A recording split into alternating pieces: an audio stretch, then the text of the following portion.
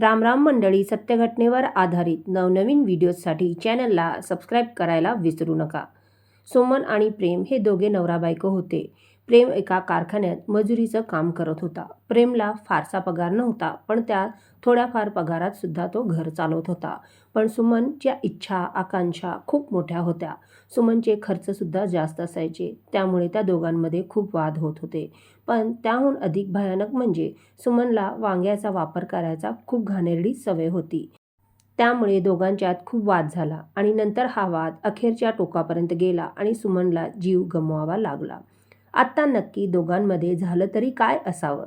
या सत्य घटनेची सविस्तर चर्चा करण्यापूर्वी चॅनलवर नवीन असाल तर मित्रांनो, चॅनलला नक्की सबस्क्राईब करा आणि हा व्हिडिओ थोडाफार जरी आवडला असेल तर व्हिडिओला सुद्धा लाईक करा.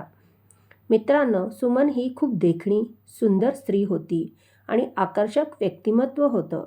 तिचं लग्न प्रेमबरोबर झालेलं होतं. प्रेम कारखान्यात मजुरीचं काम करत असे. दोघांच्यात फारसं काही प्रेम नव्हतं. नेहमी दोघांच्यात वाद व्हायचे, भांडणं व्हायची, कधी खर्चासाठी तर कधी प्रेम हा सुमनला वेळ देत नसेल ह्या गोष्टीवरून त्यांच्यात वारंवार होणारी भांडणं खूपच वाढली होती. प्रेमला सुद्धा रोजच्या वादविवादांचा कंटाळा आला होता. नंतर तो आपल्या कामासाठी कारखान्यावर निघून गेला. प्रेम आणि सुमन यांच्या दोघांबरोबर सुमनची सासूबाई सुद्धा त्यांच्याबरोबर राहत होती. सासूबाईने सुमनला भाजी घेण्यासाठी सांगितले. भाजीवाला गाडी घेऊन गल्लीतच आलेला होता आणि दरवाजाच्या बाहेर उभा होता. सुमनने 2 ते 3 किलो बटाटे, कोथिंबीर, टॅमॅटो 2 किलो अशा भाज्या घेतल्या, पण तिने फक्त एकच वांगं घेतलं. थोडा वेळ तर भाजीवाला चकित झाला. इतक्या भाज्या घेतल्यात पण वांगं एकच का घेतलेलं आहे, असा प्रश्न भाजीवाल्याच्या मनात आला. पण त्याने काही प्रश्न उत्तर केली नाही. तो आपल्या भाज्या देऊन तिथून निघून गेला. सुमनसुद्धा भाजीवाल्याला पैसे दिले आणि ती घरी आत आली. नंतर सुमनने सगळ्या भाज्या नीट ठेवल्या, आपली कामं आवरली आणि वांगं घेऊन बाथरूममध्ये निघून गेली. सासूबाईंनी हे सगळं दृश्य पाहिलं. सासूबाई विचारात पडली की ती बाथरूममध्ये वांगं का घेऊन जात आहे. 5 मिनिटे निघून गेली. नंतर थोडा वेळसुद्धा सासूबाई थांबल्या. पुन्हा 15 मिनिटे निघून गेली. असं करत 20 ते 25 मिनिटांनंतर सुमन बाथरूममधून बाहेर निघाली. सासूबाईंनी हे सगळं पाहिलं होतं, पण तिने सुमनला काही प्रश्न उत्तर केली नाही व त्यांना थोडा संशय झाला. मग त्यांनी तिला विचारलं तर ती बोलली, "मला कशाला विचारता? तुमच्या मुलग्याला विचारा ना जे विचारायचं आहे." असाच दोघांच्यात वाद सुरू झाला. सासूबाई म्हटल्या, "तू मला एक पण नातवंड देऊ शकत नाही आहे. तुला आम्ही नांदवून घेऊन आलेलो आहे. तुझा काय फायदा आहे? तुला नांदवत आहे आम्ही, तरी तू आम्हाला मूलबाळ देऊ शकत नाही आहेस. तू वांजुटी आहेस." असे अपशब्द सासूबाईंनी सुमनला बोलू लागल्या. त्यावर सासूबाईच्या ह्या बोलण्यावर सुमनला खूप राग आला. ती भडकली. तेव्हा सुमन सासूबाईंना म्हटली, "तुम्हाला जे सुद्धा बोलायचं आहे, जे टोमणे मारायचे आहे, जे अपशब्द बोलायचे ते तुम्ही तुमच्या पोरग्याला बोला ना. मला कशाला तुम्ही विचारत आहे? सगळी चूक त्याची आहे, माझी नाही आहे." अशा कठोर शब्दात सुमनने आपल्या सासूबाईला प्रत्युत्तर दिले. थोडे दिवस असेच निघून गेले. नेहमीचं रुटीन होतं. घरची कामं तेन आपल्या आवरण्यामध्ये सगळेजण गुंतलेले होते. नंतर एके दिवशी पुन्हा घरामध्ये भाज्या हव्या होत्या म्हणून सुमन एका दुकानदाराकडे गेली. नेहमी ती त्या दुकानदाराकडूनच भाज्या घेत होती, पण तो काही दिवस गावी गेला होता म्हणून काही दिवस तिने त्या दुकानदाराकडे भाज्या न घेता त्या गाडीवाल्याकडून घेतले. दुकानदाराकडे भाजी घ्यायला गेली. सुमनने नेहमीप्रमाणे भाज्या घेतल्या. बटाटे, कांदे, त्याचबरोबर टॅमॅटो 2-2 किलो घेतले. पण पुन्हा तिने एकच वांगं घेतलं. पण जो तो दुकानदार होता त्याचं नाव होतं सुरेश. तो जो सुरेश होता ना, दिसण्यामध्ये खूप सुंदर आणि प्रभावी व्यक्तिमत्व होतं आणि तो खूप तरुण होता आणि त्याचबरोबर तो थोडासा खोडकर स्वभावाचा होता. त्याला विचारलं सुमनला की तुम्ही इतक्या भाज्या नेता, पण वांगं एकच का नेता? मी खूप दिवस झाले तुम्हाला पाहत आहे, पण मी तुम्हाला कधीच हे विचारलं नाही की तुम्ही फक्त एकच का वांगं नेता. पण आज माझ्या मनात राहिलं नाही म्हणून मी आज तुम्हाला विचारतो आहे. भाजीवाल्या सुरेशने पुन्हा खोडकर आवाजात सुमनला विचारलं, तुम्ही हे नक्की एक वांगं कशासाठी नेता? त्यावर ती चिडून म्हटली, माझी शारीरिक गरज पूर्ण करण्यासाठी मी हे वांगं नेते. त्यावर तो थोडा शांत झाला. सुरेशने सुमनला विचारले, वांग्याची काय गरज आहे? मीच मदत करतो तुम्हाला, अशा खोडकर शब्दात सुमनला उत्तर दिला. त्यावर सुमन म्हटली, दुपारी माझ्या सासूबाई घराबाहेर असतात तेव्हा तू ये.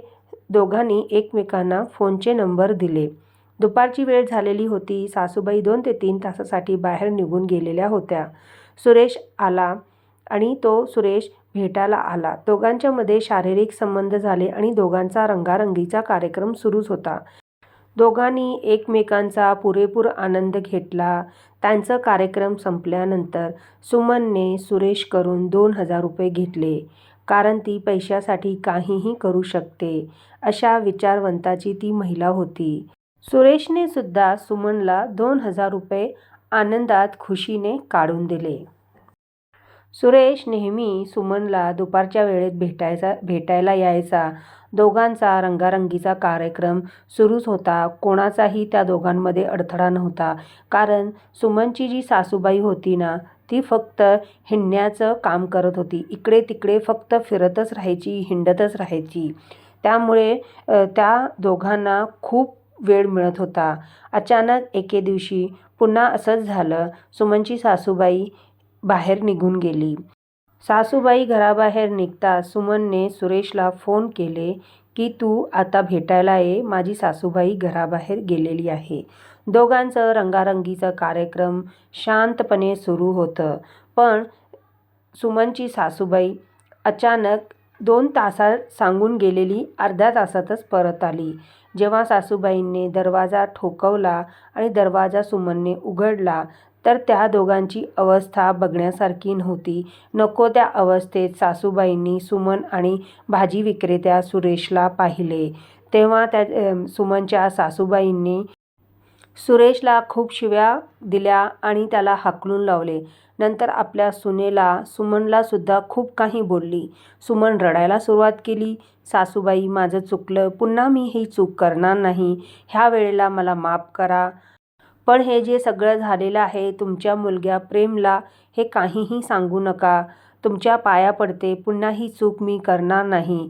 सुमन खूप विनवण्या करत होती. नंतर सुमनच्या सासूबाई सुद्धा शांत झाल्या.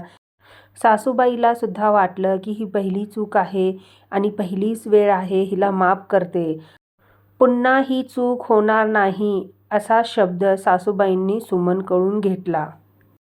पण म्हणतात ना, जित्याची खोड मेल्याविना जात नाही, तसंच सुमनचा पण प्रकार होता.